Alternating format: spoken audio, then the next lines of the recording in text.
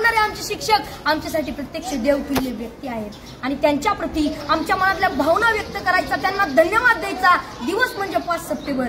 चिखलाच्या गोळ्याला आकार द्यावा लागतो, सोन्याला सुद्धा भट्टीत तापावं लागतं, दगडापासून जर मूर्ती घडवायची असेल तर त्याला सुद्धा टाकेचे गाव सोसावे लागतात. आणि तसंच जर मनुष्य नावाच्या प्राण्याला सुसंस्कारी माणूस घडवायचा असेल ना, बनवायचा असेल ना, तर त्यासाठी शिक्षण आणि शिक्षक दोन्ही गरजेचे असतात, तेव्हाच सुसंस्कारी माणूस तयार होतो. जगावर राज्य करणारा इंग्लंड हा देश आहे आणि या देशाच्या सांस्कृतिक परंपरेने त्यांच्या देशातील शिक्षकांना राष्ट्रपतींइतका सन्मान आणि दर्जा दिला जातो आणि म्हणून तर ते जगावरती राज्य करतात. ज्याला क्रिकेटचा देव मानलं जातं तो मास्टर ब्लास्टर सचिन तेंडुलकर. त्याला प्रसार माध्यमांनी प्रश्न केला की तुम्हाला एवढी बक्षीस मिळाली, तेवढे पुरस्कार मिळाले, तर त्यातलं तुमच्या आवडीचं बक्षीस कोणतं? तेव्हा सचिन तेंडुलकरने सुंदर उत्तर दिलं. ते म्हणाले, मला एवढी बक्षीस मिळाली, मला एवढे पुरस्कार मिळालेत, अहो एवढेच काय, मला सर्वोच्च पुरस्कार भारत रत्न मिळालाय, पण त्यातलं माझ्या आवडीचं बक्षीस कोणतं असेल ना, तर ते म्हणजे मला माझ्या आचरेकर सरांनी दिलेली शाबासकीची थाप.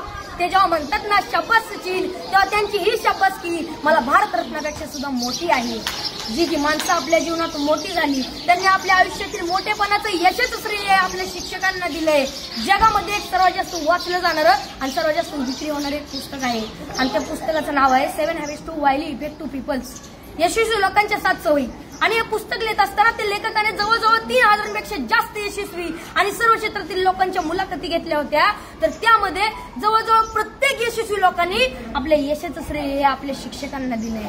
मनाच्या मोठेपणाचं सर्वात मोठं उदाहरण आपल्या शिक्षकांनी आपल्याला केलेल्या सहकार्याबद्दल कृतज्ञता व्यक्त करणे आणि मनाचा सर्वात मोठा खोटरडेपणा आहे की आपल्या शिक्षकांनी आपल्याला दिलेल्या ज्ञानाबद्दल जाण आणि कृतज्ञता नसणे. अशी माणसं फार मोठी होत नाहीत आणि पुढे जाऊन ती तोंडावर पडतात.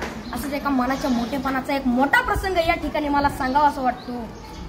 एकदा डॉक्टर बाबासाहेब आंबेडकर इंग्लंडवरून भारतात येत होते. ही बातमी त्यांच्या कार्यकर्त्यांना, त्यांच्या आयोजकांना समजली. त्यांचे कार्यकर्ते बाबासाहेबांच्या विमानाची वाट बघत विमानतळावरती थांबले. बाबासाहेबांचं विमान 2-3 तास लेट होणार होतं, पण तरी सुद्धा त्यांचे कार्यकर्ते त्यांच्या स्वागतासाठी त्यांची विमानतळावर 2-3 तास वाट बघत थांबले आणि 2-3 तासानं बाबासाहेबांचं विमान विमानतळावरती लँड झालं. बाबासाहेब खाली उतरले. बाबासाहेबांचे सर्व कार्यकर्ते बाबासाहेबांच्या दिशेने पळत सुटले.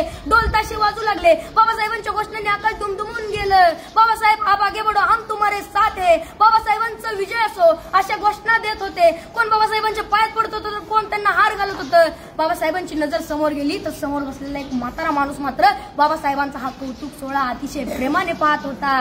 बाबासाहेबांनी गर्दी बाजूला सारली आणि तडकन त्या म्हाताऱ्या माणसाकडे गेले आणि आपलं डोकं त्या म्हाताऱ्या माणसाच्या पायावर ठेवलं.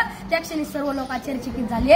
एवढे मोठे प्रखंड पंडित डॉक्टर बाबासाहेब आंबेडकर या म्हाताऱ्या माणसाच्या पाया का पडतायत. त्या क्षणी बाबासाहेब म्हणाले, हेच ते केळुस्कर गुरुजी ज्यांनी मला माझ्या लहानपणी शिकवलं. गुरुजींना लहानपणीचा भीमराव आठवायला लागला. मळलेली कपडे, फाटलेले दप्तर, फुटलेली पाटी आणि एवढं ते पोर वर्गाच्या बाहेर बसून वर्गात शिक्षकांनी शिकवलेला शिक्षणाचा एक कण एखाद्या चातक पक्षाप्रमाणे वेचत होतं. वर्गाच्या बाहेर बसून शिकला होता. त्याच्याकडे पाहून ब्राह्मण मास्तर हसला होता, कारण त्याला माझ्या भीमामध्ये उद्याचा ज्ञान सूर्य दिसला होता. डॉक्टर बाबासाहेब आंबेडकरांना केळुस्कर गुरुजींवर प्रचंड प्रेम आणि श्रद्धा होती.